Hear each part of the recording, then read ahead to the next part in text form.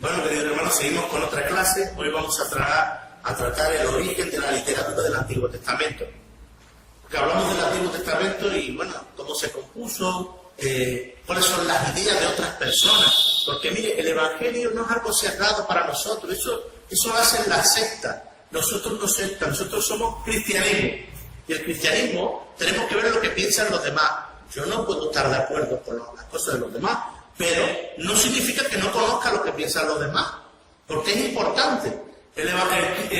Las epístolas de Pablo dicen que tenemos que ser defensores de nuestra fe y de lo que creemos en base a lo que piensan los demás. Yo tengo que hacer una apología, una defensa del Evangelio. Por lo tanto, tengo que conocer, no hablar por hablar. Eso es lo peor que puede hacer una persona. Uno tiene que tener mucha cordura en escuchar a los demás y mucha humildad. Yo siempre digo en los cursos, si no hay humildad, no vale para nada.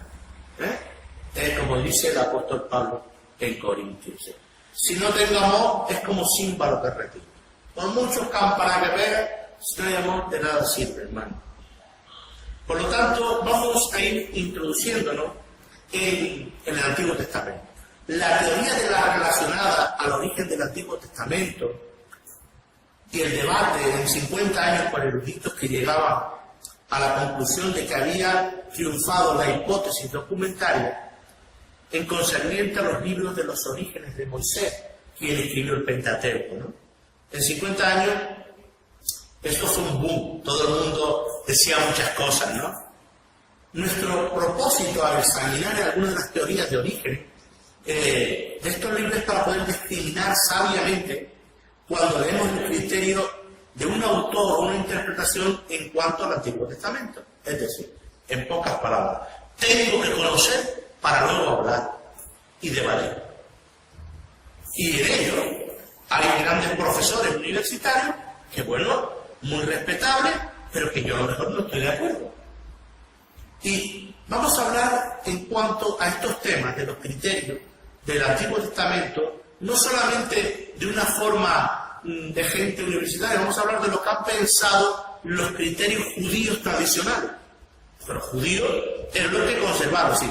Mire, una de las cosas que yo he aprendido es que, ¿por qué Israel es el pueblo elegido por Dios? Yo pensaría que Dios sería muy justo porque hubieran otros pueblos que también fueran pobres, que desvalidos y que no fueran el pueblo de Dios, ¿no? En su primer momento es el pueblo de Dios porque tiene la palabra de Dios y lo hace un pueblo por excelencia por tener la palabra de Dios. Por eso es el pueblo de Dios, porque ellos son los que han guardado la Torá, la palabra de Dios, y eso los hace el pueblo de Dios. Eso es lo primero. Por lo tanto, los demás pueblos no lo tuvieron, ni prácticamente fueron los que guardaron la Biblia, o la Torá. Muchas leyes y leyendas circularon oralmente como escritos separados mucho antes del nacimiento de Cristo. Y en el Talmud proporciona una declaración valiosa en cuanto a los criterios judíos tradicionales del origen del Antiguo Testamento. Ahora, en una sección del Talmud habla de quién escribió el Pentateuco. Moisés escribió su propio libro. Y la sección correspondiente a Balaam y Job. Esto es lo que dice el Talmud. Pero no solamente dice, Josué escribió su propio libro y 8 versículos de la ley.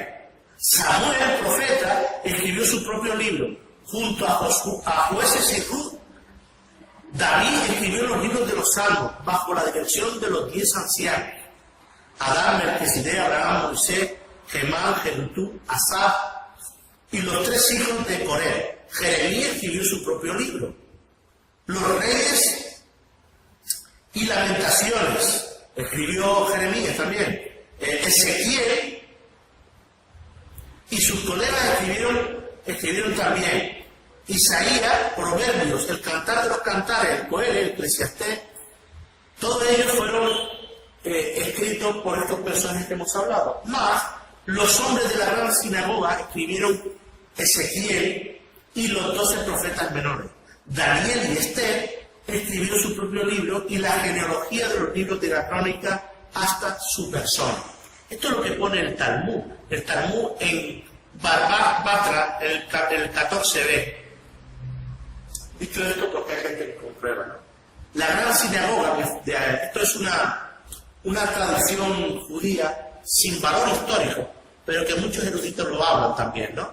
La gran sinagoga, de acuerdo a la tradición judía, fue el concilio permanente que estableció por Esdras, que continuó ejerciendo autoridad en la materia religiosa hasta el 300 antes de Jesucristo, aproximadamente, ¿no? Es una hipótesis que hay, pero vayan cogiendo, porque en este mundo del mundo académico, del mundo de estudiar, hay muchas hipótesis y luego hay que confrontar para ver lo que uno cree mejor.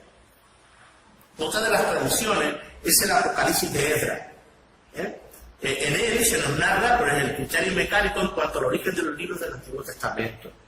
De acuerdo al relato, el mundo estaba en la oscuridad porque el Antiguo Testamento había sido destruido por fuego. Esdras escribió y pidió ser llenado con el Espíritu Santo, de modo que él pusiera a restaurar el relato completo del mundo de sus orígenes. Y lo que dice es que en su principio los libros fueron con pecado porque habían desaparecido. Incluso ya veremos otras hipótesis donde dice que Josías encontró los libros de la ley, ¿no? Claro, a ser deportado, ser llevado, muchas cosas se perdieron, queridos hermanos. Luego tiene que ser reconstruido a través del Espíritu Santo en los hombres. 5 hombres fueron entrenados para escribir rápidamente, así registrar las palabras que dictaba, estamos hablando de Esdras, en un periodo de 40 días. Fueron dictados y registrados los 24 libros. Y se reveló a Esdras que 24 tenían que ser publicados y que 70 libros eran apócrifos, escondidos. La leyenda esta que estoy hablando surgió probablemente en conexión con Esdras, que era considerado el restaurador de la ley. Tengo que ir dándole cosas para que vean que no es todo lo que me dice Juanito, lo que me dice Pepito. Hay muchas cosas que se están diciendo, ¿no? Por ejemplo, vamos a hablar del criterio ortodoxo, de la tradición también. Hasta el siglo XVIII los cristianos estaban casi unánimemente de acuerdo con los judíos de que Moisés era el autor del Pentateuco. Y los primeros 5 de la ley se reconocía que Moisés no podía haber sido registrado su muerte. Sí, bueno, si escribió Moisés el Pentateuco, ¿cómo va a escribir la muerte suya si estaba muerto? Claro, eso chocaba. Esto no lo pudo escribir Moisés. Pero es que el Espíritu Santo puede utilizar a otra persona para ese trozo rellenarlo y es palabra de Dios. Mucho cuidado. Por ejemplo, esta parte de Deuteronomio, que es el Deuteronomio 34, del 5 al 12, que está hablando sobre el tema de la muerte, junto con el libro de José se atribuía a este y se creía que Samuel era el autor de Jueces y sus libros también, sí. Que Josué hubiera escrito sobre la muerte de Moisés y que luego Samuel era el autor de Jueces, del libro de los Jueces, porque prácticamente cuando leemos Jueces y Ruth, prácticamente son contemporáneos.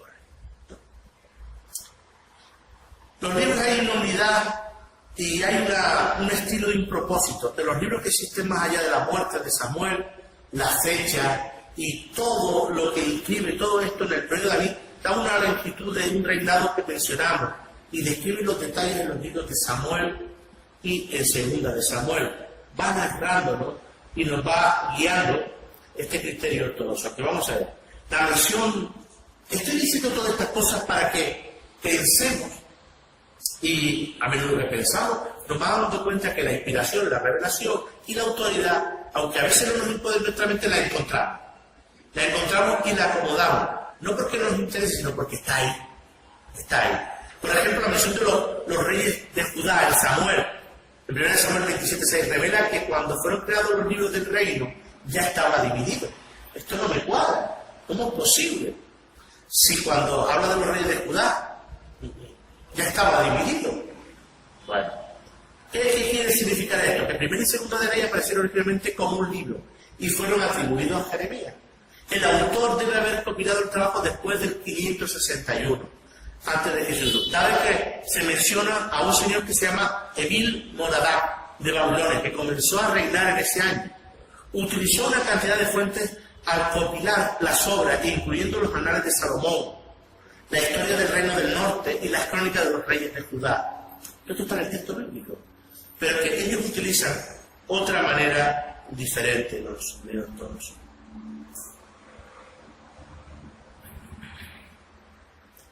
Crónicas fue atribuidos a Esdras. Fíjese usted que hemos saltado de lo que pensaban el judaísmo, en el Talmud, a lo que pensaban los neortodoxos. Y estoy hablando todo lo que ellos en su mente, pues prácticamente tienen, ¿no? Crónicas fue atribuido tradicionalmente a Esdras junto con los propios libros de Esdras y Nehemías en un solo libro. Los libros de Crónicas fueron originalmente un libro y una evidencia que nos llega a entender que la fecha mencionada en el libro es el primer año del reinado de Ciro, Persia, alrededor de 537. Entonces, hay cosas que no cuadran, pero pensar una cosa, siempre que se habla de todas estas cosas, no pienses en el objeto, sino en el objetivo. El objetivo de todo esto, aunque no nos cuadre, es reflexionar el contenido de lo que dice el texto. Por ejemplo, en Primera de Crónicas vemos una proporción de una genealogía desde David. Hay 6 generaciones hasta Zorobabel, quien vivió en el año 537. 6 generaciones a razón de 20 años más. Fecharía un libro por lo menos en la genealogía alrededor de 400 a.C. Ya no nos cuadra. La religión que Esdras escribió su propio libro y el libro de Crónicas es probablemente verdadera. Nuestro criterio. Hemos llegado ya a la ortodoxa, ahora lo que pensamos los conservadores. Sostenemos que el Antiguo Testamento se completó con la obra de Esdras alrededor del 400 antes de Jesucristo. La mayoría de los eruditos conservadores tempranos y muchos contemporáneos creen que Isaías es una obra unificada del profeta de ese nombre, del siglo VIII. Jonás fue escrito en el siglo VIII, quizás el mismo Jonás. Y también Daniel fue escrito en el siglo VI. Esther fue escrito durante el periodo persa en el siglo V. Todas estas cosas lo estoy diciendo para el pensamiento que nosotros pensamos. Y lo hemos visto lo que piensan los otros. Hemos hablado ya de esto, ahora entramos en la reciente erudición y la crítica que da origen a la literatura del Antiguo Testamento. No solo que la escritura de los libros se extendió por más de 100 años, cientos de años, sino que el proceso de composición estaba mucho más involucrado en lo que previamente pensaba.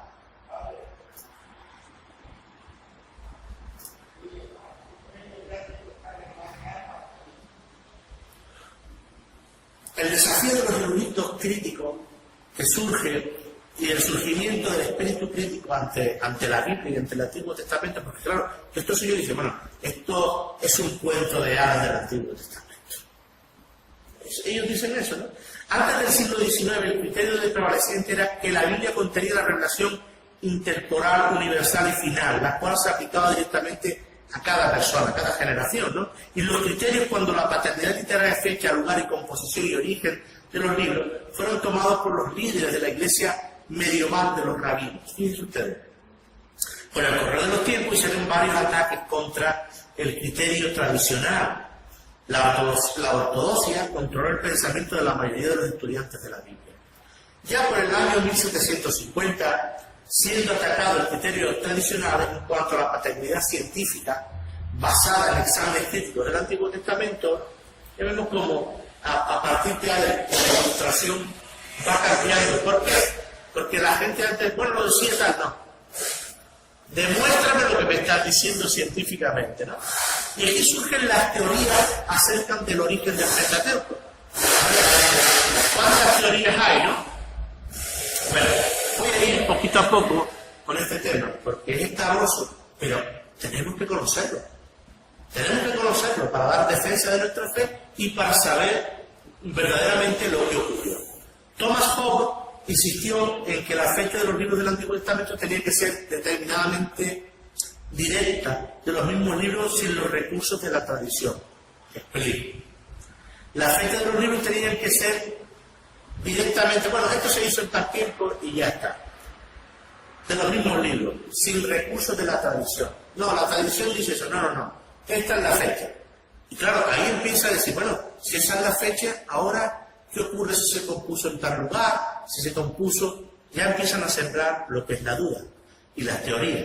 Los estudios críticos, por ejemplo, hay un judío llamado Baruch Spinoza que señalaba contradicciones y diferencias en el estilo en que se cuestionaba el Pentateuco, cuestionaba la paternidad literaria. Es decir, si Moisés escribió ¿cómo muere? ¿Quién va a escribir su muerte? ¿Quién va a hacer esto? Entonces empieza a decir muchas cosas que no cuadran con lo que dice el texto y sí con lo que se piensa. Después un médico que se llama Francis Arthur, en 1755 opinó que el Génesis estaba compuesto de dos documentos principalmente empleados por la palabra Elohim y otro por Jehová. Y estas dos palabras hacen que haya dos documentos en vez de decir. El Pentateuco no es una unidad literaria, sino hay dos, con el nombre de Elohim y otro con el de Jehová. Después otro en 1773 llamado Selen pidió que el Antiguo Testamento fuera estudiado de acuerdo a los mismos principios que se aplicaban a otras literaturas. Y explico algo. La Biblia no es un libro científico. La Biblia no es un libro de estadística. La Biblia es un libro en el que Dios habla al hombre para salvarlo y para llevarlo a la vida eterna. Es un libro espiritual. Entonces no lo puedo analizar porque lo que me lleva al espíritu tropieza con la carne. Y digo en este concepto de que tropieza, es decir, que cuestiona, hay muchas cosas que cuestionan, ¿no? El comienzo del siglo XIX, la doctrina de la inspiración divina y de la infalibilidad y la reverencia que el libro sagrado ponía, pues empezó a ser examinado críticamente. Claro, si todos estos hombres empiezan a decir esto es así, esto es así, pues la gente dice, oye, y aquí hay algo, aquí no me cuadra, ¿cómo hay tantas críticas, cómo hay tantas cosas? Bueno, hay otro señor que se llama Goethe en 1800 que llegó a la conclusión de que el Pentateuco estaba compuesto de varios fragmentos de conexión lógica o cronológica. Es decir, dividir en fragmentos. Por ejemplo, la creación, los relatos de Abraham, ya hace fragmentos de ellos, ¿no? Hay otro que en 1823 que busca resolver el problema asumiendo que una fuente sirvió como el núcleo básico para hacer todo el Pentateuco y sostuvo que fue los elogistas. Claro, otros que ahora empiezan a sacar con el nombre de Elohim. Y estaba detrás de la composición del Pentateuco y que Josué había sido suplementado y agregado en sesiones más antiguas, tales como el Decálogo, los 10 mandamientos, y se conoce como una hipótesis suplementaria. Digo todo esto para que vayáis viendo cómo se mueve el tema. En 1805, Wetter identificó el libro de la ley de la reforma de Josías en el 621 a.C. con el libro de Deuteronomio. Esta teoría proponía que Deuteronomio había sido escrito poco antes del descubrimiento en el 621 a.C. Me paro un poco aquí porque esta es la que se usa hoy más, es una de las hipótesis que se baraja y quiero un poquito ampliar. Cuando vienen del cautiverio, ¿qué es lo que ocurre? Que se encuentran que está todo desolado, que viene a caer, y cuando entran en el templo hay un señor que encuentra escondidos los rollos de la ley. Y entonces lo retoma. En esta hipótesis de Wetter, lo que dice es que ya el libro de la segunda ley estaba escrito. Deuteronomio significa segunda ley. Deutero, segundo, nomos en griego significa ley. Segunda ley. Entonces, ¿qué es lo que pasa? Que en base a esa ley que ya tenía y con lo que descubrió Josías, el rey, empiezan a retomar todo. Y en base a eso, ellos dicen que ahí empieza a componer verdaderamente Esdras todo el Pentateuco. Es una de las hipótesis que más se está bajando. Luego, la popularidad viene de la obra de Querer y que desarrolla Grass y Wellhausen. Es en 1876, utilizando el acertamiento de la evolutiva y la fecha que habíamos hablado anteriormente.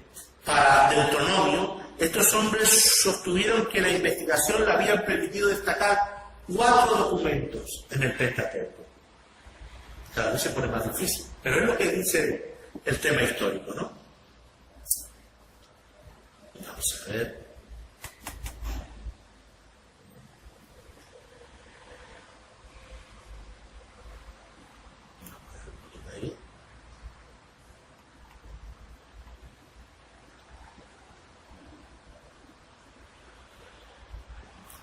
Cuatro documentos en el Pentateuco. Uno que le llama J, el realista, el narrativo, escrito alrededor de 800, recordad que Wellhausen, Krauss están desarrollando esta hipótesis en la que dice que alrededor del 850 a.C., por un profeta de Judá, en el cual Jehová es el nombre para la deidad, para el nombre de Dios, la mayoría de las narraciones del Pentateuco son atribuidas a este autor. Por ejemplo, Génesis de 2 al 4. Y eso es un documento.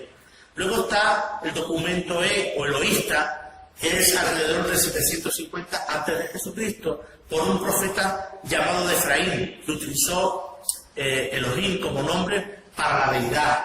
Y lo vemos en Éxodo 3. Y este documento se llama Elohista. Lo vemos también en Génesis capítulo 15. Después aparece otro material que se llama D, pertenece a Deuteronomio. Los libros históricos, siguiendo este apartado y siguiendo esta teoría de Wetter, de Pratt y de Wellhausen, fecharon este material en el 621 que hemos dicho antes. Y luego este último material que hablo es el sacerdotal, que se utiliza con la nomenclatura de P, que se refiere a un escritor sacerdotal que compuso las secciones legales y la historia unida a las leyes. Su obra se fechó en el año 500 antes de Jesucristo. Por ejemplo, Génesis capítulo 1, los libros de Levítico, esa forma parecida tan sacerdotal. Vemos como ellos todos quisieron dar una orientación de cómo se pudo componer el Pentateuco. De acuerdo con las teorías de la J, E, D o P, Moisés no fue el autor del Pentateuco, según ellos. Esta estaría compuesta en su forma final en el 500 antes de Jesucristo. El Judá, por una compilación de autores. Esta persona, junto a su libro de las 4 fuentes, escribe y hace prácticamente a los servicios narrativos de J y E y añade el tema deuteronomista. Si niegan la paternidad mosaica, si niegan que Moisés escribió, puede haber sido la fuente de algún material primitivo o que se conoce que esta teoría como la hipótesis documentaria. Estos 4 elementos se llaman hipótesis documentaria y se le atribuye a Wellhausen, quien la popularizó y que ha tenido una gran influencia, aunque hoy cuando los eruditos hablan de esta hipótesis la encuentran muchos de ellos ya desfasada. Bueno, ¿y estos señores en qué se basaron para decir que todos estos argumentos de la hipótesis que están hablando? ¿En qué se basan? Los eruditos críticos niegan la paternidad de Moisés en el Pentateuco por el anacronismo, explico, por la declaración que implica una fecha posterior a Moisés. Por ejemplo, en Génesis capítulo 12, verso 6 dice: y el cananeo estaba entonces en la tierra. Esto implica que el autor posterior, que se refiere a algo anterior, que sí. Si Moisés me está hablando cuando no estaba conquistada la tierra y menciona a los cananeos, ¿cómo es posible que tú me lo menciones? En eso se basan estos señores. Por ejemplo, otro de los anacronismos, vemos, y lo siguió hasta Dan. Génesis capítulo 14 y 14. Dan no fue el nombre del área hasta después de la muerte de Moisés. ¿Cómo que Moisés pone eso? Entonces, toda esta gente hace dudar. Génesis 36, 31. Antes que reinase rey sobre los hijos de Israel, el autor parece haber vivido después que Israel tuviera un rey, cuando el primer rey sale con Saúl. Claro, pero esto hace pensar. Por ejemplo, otra de las cosas que hicieron fueron la duplicación o triplicación. Por ejemplo, los relatos de la creación.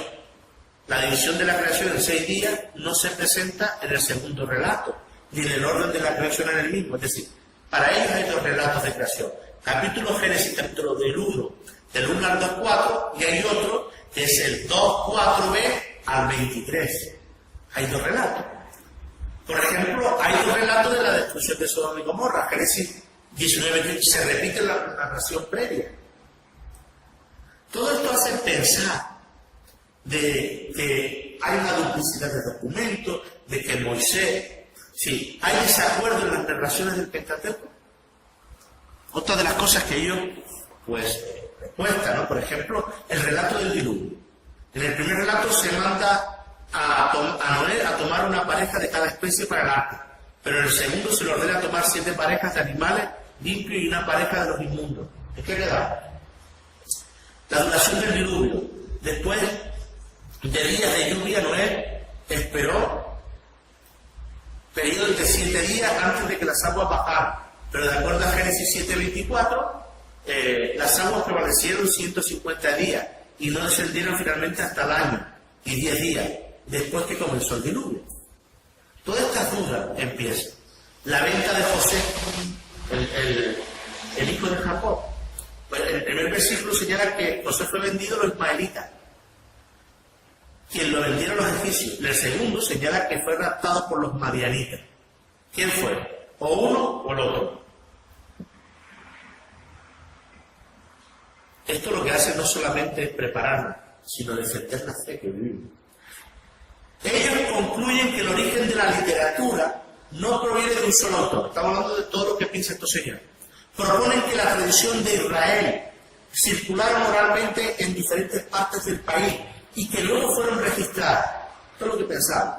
Las diferentes tradiciones fueron luego asimiladas en una historia continua por un compilador o en un lugar de un autor, por supuesto. Esta teoría que estamos hablando no solo se aplica al Pentateuco, sino que se acerca a los libros del Antiguo Testamento. Y algunos momentos creen que el libro de Isaías es una compilación de 3 o 4 documentos, y de 2 o 3 autores. Isaías, el libro de Isaías. Todo el acercamiento crítico ha conducido a muchos eruditos a la conclusión de que los Salmos fue escrito en el periodo de los Macabeos y que lo escribió David, por ejemplo. Y se ha aumentado la influencia griega mucho, sobre todo en los libros del Antiguo Testamento, y que los resultados efectuados durante el periodo griego del tercer siglo antes de Jesucristo. Todo esto es lo que pensaban ellos. Después, a menudo que va pasando, se va investigando y sale el método de la crítica de las formas. ¿Esto qué es? Bueno, hay un señor que se llama Hermann Gulken que llega a la conclusión de que los documentos J, E, D y P, que es la hipótesis documentaria, no eran la forma más temprana en las cuales comunicaban las tradiciones del Antiguo Testamento. Ya salen con nuevas cosas. Supuso que las tradiciones pasaban de generación en generación en forma oral y no escrita. Estas tradiciones fueron transmitidas por instituciones, por personas, e involucraban la vida e interés de la comunidad. El material relacionado con el culto, con la oración, tal como los salmos, las leyes, la relación con los rituales, los sacrificios, fue preservado y transmitido dentro de la vida de las instituciones religiosas. Y la forma oral permitió que esa expansión de lo que creían se reinterpretara y se adaptara a las tradiciones llenas de la necesidad del desarrollo de las comunidades. Es decir, explico un poco, porque sé que es de eso. Gulken dice que todo eso fue oral, las tradiciones, los cultos, y que luego se va amasando todas esas tradiciones y se va a poner más tarde a escribir. Por tanto, el criterio de la crítica de la forma sigue un estudio sistemático del tipo de literatura en el Antiguo Testamento y lo compara a la literatura similar a la cultura, de las culturas de aquel entonces. Pero es que Israel fue diferente. Israel era diferente de los países vecinos de Israel. Es decir, lo que hace Gulken es comparar con los demás. No podemos comparar por una sencilla razón. Aunque vivía en medio de ellos, no vivía ni la cultura ni la forma de los criterios de las demás ciudades que vivían al lado de Israel. Lo hace diferente.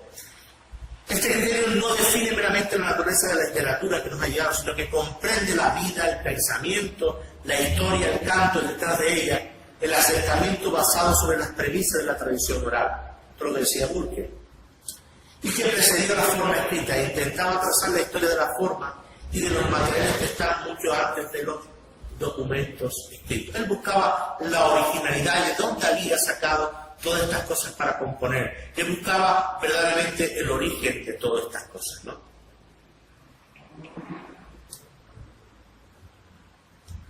Gulken consideró que la las narraciones del Génesis que tenemos eran básicamente del folclore, como cualquier otra cosa, y que no es necesariamente histórico. Es decir, explico.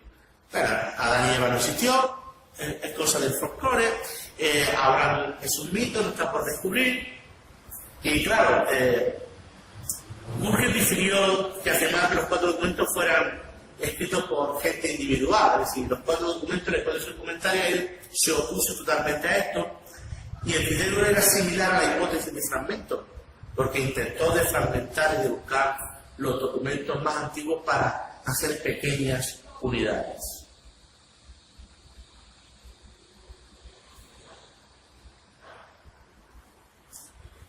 Pero hay 3 limitaciones dentro del criterio o de la crítica de la forma. Primero, algunos de los materiales de los documentos bíblicos no tenían historia preliteralista, es decir, era una historia que ocurrió, que el Espíritu Santo quiso, pero que anteriormente a esa no había nada más. No le busquemos 4 patas de gato porque no la hay. Segundo, nuestro conocimiento de la vida diaria e institución del Antiguo Testamento es demasiado limitado para ser capaces de reconstruir las situaciones de la vida. Es decir, hoy, hablar de hace 20 siglos o 30 siglos, es muy difícil hablar, porque encontrar material para poder buscar el origen es casi imposible. Por tanto, la crítica de la forma no hay una base propiamente. Y tercero, algunas de las tradiciones preliteralistas quizás no fueron llevadas a un uso institucional particular. Todas las cosas que habían pasado no se llevó prácticamente a algo que había pasado institucionalmente particularmente a una persona, sino que se buscó en las culturas y las tradiciones ancestrales. Por eso, el criterio de las formas que Burke hay, pues, como que no tiene mucho peso, ¿no? Después viene el método histórico tradicional. Sé que esto de los métodos os cansa un poco, pero si no hacemos las bases, luego no podemos hablar de los materiales. Algunos eruditos del Antiguo Testamento en Suecia han rechazado el acercamiento crítico literario de Wellhausen, de la hipótesis, y su diseño estaba muy claramente en la introducción del Antiguo Testamento de Engel. Y este habla de 3 criterios. Primero, en cuanto a la tradición oral, vuelve a Burke. Es decir, este hombre, bueno, vamos a ver lo que oralmente hay. ¿Cómo puedo buscar? Pues bueno, en la Mishnah, en el Talmud, en todas las tradiciones antiguas, cómo se ha podido evocar. El reinado de Dividio está basado sobre la obra de Mommsen, que era un erudito, sobre todo en los salmos y en los sapiensal, en el que creía que en la manifestación de la fiesta y en la cultura se movía prácticamente y hacían un culto, y eso daba base para saber cosas, ¿no?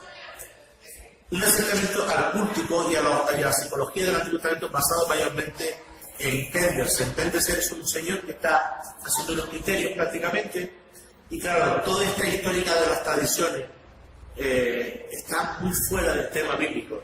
Más bien ya lo llevan al tema psicológico, sociológico, fuera de lo que la Biblia prácticamente nos habla más bíblicamente. Wellhausen, Engel, pues desarrolla la historia de la religión israelita y negó, por ejemplo, que hubiera existido fuentes paralelas a la narración del Pentateuco. Este Engel, ¿no? También enfatizó que las escuelas de las tradiciones circularan relatos del Antiguo Testamento en pequeñas unidades. Enfatizó en que la transmisión oral del Antiguo Testamento en Oriente se aceptaba a la veracidad de material. Intentó mostrar la confiabilidad de las tradiciones que se han transmitido oralmente durante siglos, prácticamente, para no seguir ampliando este debate, ¿no? Claro. ¿Por qué digo esto? Porque en el mundo académico todo esto se habla y cuestionan la Biblia, no como nosotros, sino que, bueno, ¿esto por qué? ¿Esto por qué no? Y quieren desarrollarlo, pero hay que partir de la obra del Espíritu Santo en nosotros. Eso es imprescindible. La consideración de la relación del origen de la literatura del Antiguo Testamento. La confiabilidad del Antiguo Testamento está en la arqueología, querido hermano. La arqueología está confirmando las declaraciones históricas de la Biblia. Las comunicaciones orales y escritas, las narraciones y la unidad literaria del Antiguo Testamento posiblemente fueron transmitida muchas veces de forma oral, es lo que creemos. Y claro, hay una escasez de material, pero la escritura es la tarea laboriosa y copiada en los libros del Antiguo Testamento. Eso nos da fiabilidad a lo que estamos leyendo. Sin embargo, la transmisión oral no excluye un número limitado de fuentes escritas, por supuesto que no. Wellhausen sostuvo que la escritura no apareció entre los hebreos hasta después de la monarquía temprana, en 950. Y de acuerdo a Harrison, la escritura fue un rasgo de vida en Siria Palestina desde los primeros periodos de ocupación. Es decir, la Biblia inventaron el tema de la escritura a partir de 950. Eso no es verdad. En resumen, se puede decir que en el 1500 antes de Jesucristo, el alfabeto como forma distintiva de la escritura cuneiforme y de los jeroglíficos egipcios estaba en uso en Siria y Palestina. Por lo tanto, la hipótesis se viene abajo.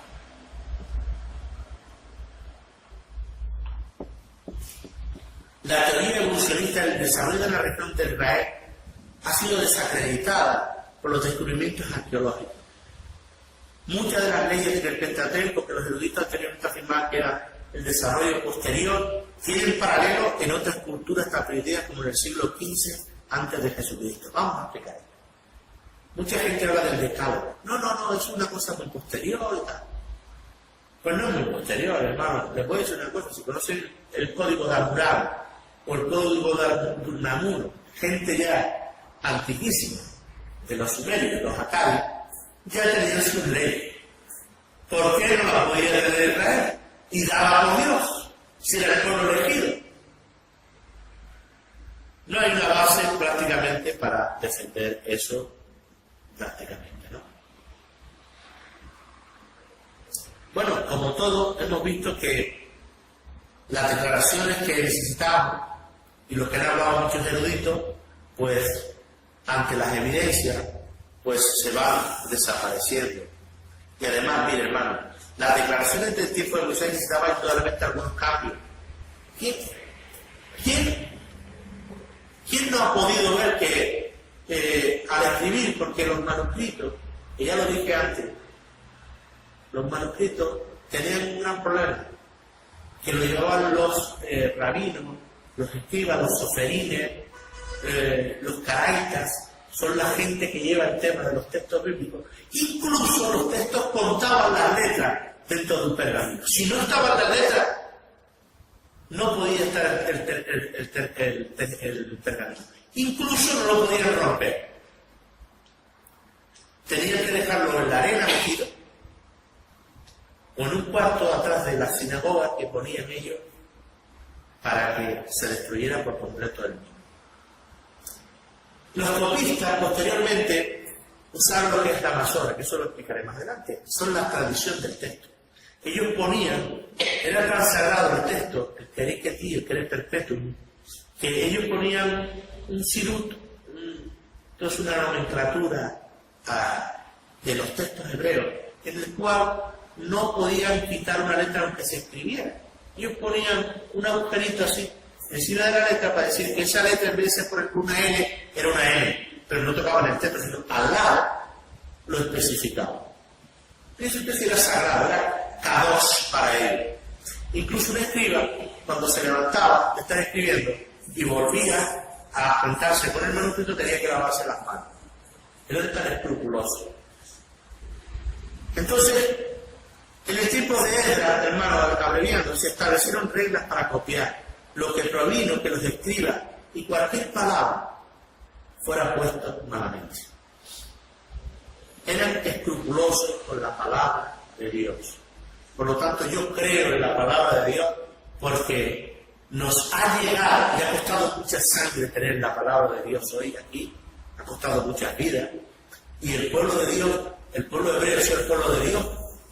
Y lo es, como también nosotros que somos el nuevo Israel, la iglesia de Dios completa, antiguo y nuevo, Antiguo Testamento, todo el pueblo judío, la iglesia de cristiana, todos formamos el cuerpo de Cristo, todos los que aceptan a Jesús como su Salvador personal, porque la gente del Antiguo Testamento se salvaba viendo al Mesías, apuntándose al Mesías, si no, no podía ser salvo. Y así leí el capítulo 11 de Hebreo, lo veréis reflejado. Con esto quiero terminar y no cansaros más porque muchos tenéis que ir. Pero quiero decir lo que la Biblia no necesita defensores, se defiende por sí misma. La Biblia es palabra de Dios y muchas personas han querido destruir, soñar y romper todo lo que ha hecho Dios. Pero Dios tiene algo concreto con el ser humano, que es salvarlo y buscarlo porque estaba perdido en sus delitos y pecados. Que el Señor os bendiga. Hasta aquí esta clase.